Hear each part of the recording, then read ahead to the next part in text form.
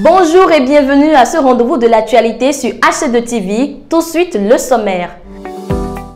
Au plan national, nous parlerons du soutien de l'État aux producteurs pour les prix de cession des engrais au titre de la campagne agricole 2025-2026. Au Gabon, les drapeaux seront mis en berne pendant plusieurs jours en hommage au pape François. Le gouvernement l'a annoncé à travers un communiqué officiel. 5e sommet de la Commission de l'océan Indien, les membres de l'organisation régionale se sont réunis dans la capitale malgache pour de nouvelles perspectives. Nous y reviendrons dans cette édition. Le développement de ces titres et bien d'autres, c'est maintenant. Le Bénin a subi une nouvelle attaque djihadiste au point triple vendredi dernier. Hier, le gouvernement a fait état d'un bilan de 54 soldats tués, ce qui constitue la perte la plus importante enregistrée dans cette zone régulièrement visée par les groupes terroristes en provenance du Burkina Faso et du Niger. C'est à travers un point de presse que le porte-parole du gouvernement, Wilfried Léandre-Mbedi, a annoncé le dit bilan. Je vous propose de suivre un extrait de ses propos. De 54 stabilisés, même si ça ne fait pas les 70 et plus que les gens ont annoncé, c'est beaucoup. Et pour nous, une vie perdue, c'est beaucoup, voire trop, davantage lorsque ça porte sur ce nombre-là. Les soldats qui sont tombés, ce sont nos enfants, ce sont nos parents, ce sont nos amis. Il est difficile d'en parler. Mais quand on sait les efforts que nous déployons sur ce front-là, pour que le pays tienne et que ces enfants aient le courage de donner de leur vie pour nous défendre, on n'a pas de raison de baisser les bras. On n'a pas de raison de ne pas y croire. Notre situation serait autrement plus facile si nous avions une belle coopération avec les pays qui nous entourent, dans lesquels le phénomène connaît un développement exponentiel qu'on ne souhaite à personne. Donc notre situation serait autrement plus aisée si nous avions une belle coopération. Mais lorsque vous savez que les points où ces attaques du 17 avril, notamment, sont intervenues, sont sur la ligne frontière, vous pouvez comprendre que si de l'autre côté de la frontière, il y avait un dispositif au moins comme le nôtre, ces attaques ne se dérouleraient pas de cette façon ou ne se produiraient même pas. Donc nous continuerons d'assumer nos responsabilités, de mettre les moyens qu'il faut, de recruter les hommes qu'il faut, de sensibiliser aussi. Et nous engageons aussi le commandement à être encore plus efficace, encore plus proactif. Mais encore une fois, nous ne céderons pas. Et nous avons une conviction. Nous avons une conviction. La conviction, c'est que tôt ou tard, nous viendrons à bout de ces criminels et de leur entreprise mortifère. Pour assurer le bon déroulement de la campagne agricole 2025-2026, le Conseil des ministres a approuvé hier une subvention de 26 milliards de francs CFA destinée à alléger les prix de cession des engrais aux producteurs. Cette décision fait suite à des concertations entre le gouvernement et les principales organisations représentatives du secteur agricole. Lors du point de presse qu'il a conjointement animé avec le porte-parole du gouvernement hier, le ministre de l'Agriculture, Gaston Dossoui, annonce le prix de chaque intrant. Il a également mis en garde contre toute exportation de ces produits. Suivez plutôt. La spéculation, c'est un réflexe de commerçants. Sur le marché international et au moment où le Bénin s'est porté là-dessus, nous avons eu le NPK à 21 750. L'État béninois a décidé de céder ça aux producteurs à 17 000 francs.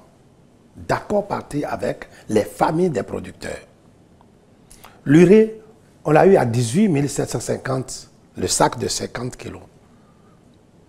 L'État a décidé, en acceptant la proposition des producteurs, de les céder à 15 000 francs.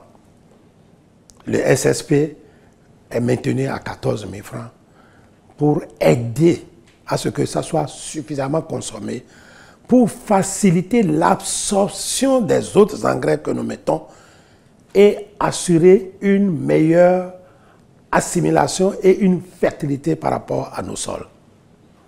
Si l'engrais doit quitter les magasins pour circuler à l'intérieur du Bénin, il n'y a aucun problème. Mais si l'on voit l'engrais dans la zone rouge, c'est-à-dire 2, 3, 5 km de la frontière, dans le sens d'aller à l'extérieur du Bénin, il est temps de pouvoir demander où vous allez et qu'est-ce que vous allez faire là-bas. Et que ça soit bloqué pour être utilisé par les Béninois. Notre problème, c'est que cet effort du gouvernement soit au profit de notre communauté agricole, de nos producteurs agricoles, et pour qu'ils jouent positivement sur la disponibilité alimentaire. La veille citoyenne s'impose. Pour les forces de l'ordre, tout le monde sait que ce n'est pas faisable, on ne doit pas faire sortir le produit. Mais il faudrait que les citoyens composent avec les forces de l'ordre pour dénoncer les velléités là, de mettre à genoux notre économie. Le cadre de concertation de l'opposition était face à la presse ce mardi 22 avril 2025 au siège du Parti Les Démocrates à Cotonou. L'objectif de cette sortie est de dénoncer la prise de position du député Oden Aladati, président de la commission des lois en faveur du code électoral en vigueur, et exiger sa relecture. Selon l'opposition, cette révision est indispensable pour garantir des élections générales libres, transparentes et crédibles en 2026, suivant la déclaration de leur porte-parole.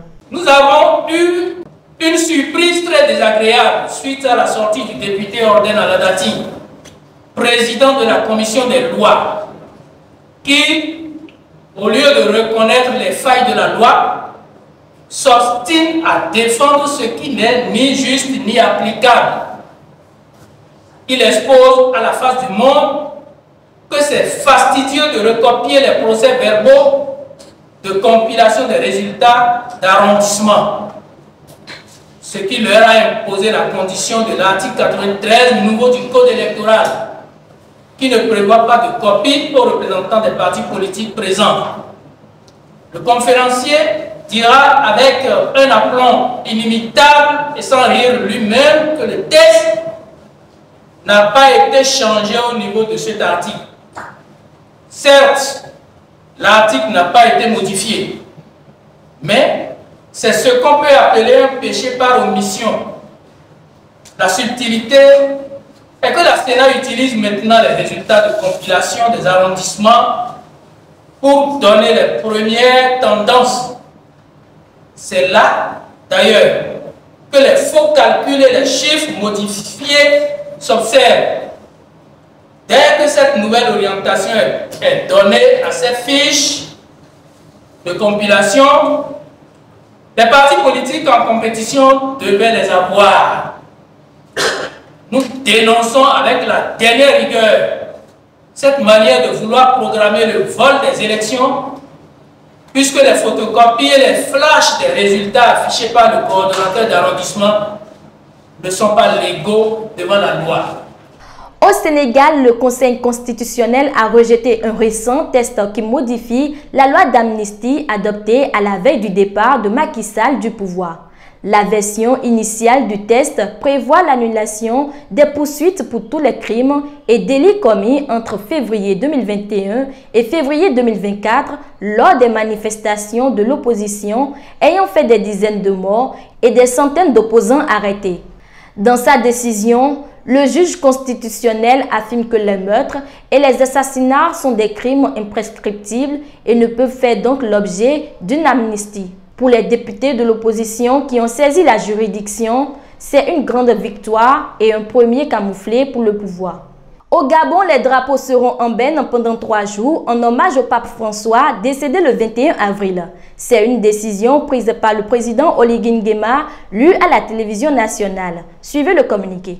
Par décision du président de la République, chef de l'État, et suite à la disparition du pape François, les drapeaux seront mis en berne sur toute l'étendue du territoire national du vendredi 25 avril à 18 h au dimanche 27 avril à 18 h.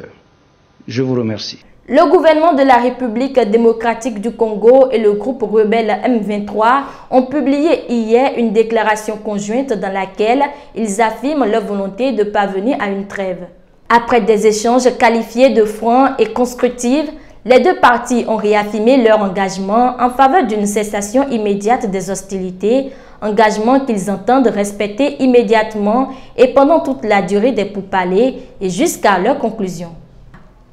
Le 5e sommet de la Commission de l'océan Indien se tient ce jour dans la capitale malgache Antananarivo. Cette organisation régionale qui regroupe Madagascar, les Seychelles, l'île Maurice, les Comores et la Réunion abordera deux principaux sujets.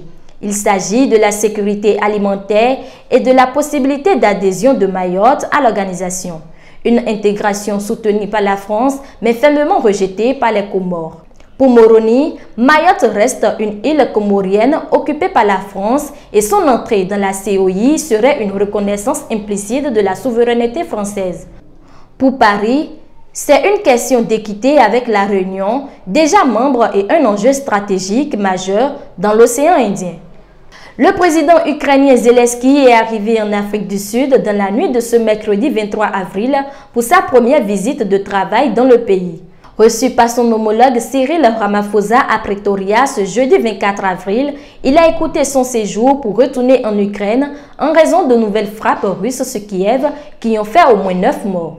Entre autres sujets qui devraient être abordés au cours de sa visite, la promotion des partenariats économiques ainsi que des discussions autour d'un éventuel accord de paix entre la Russie et l'Ukraine.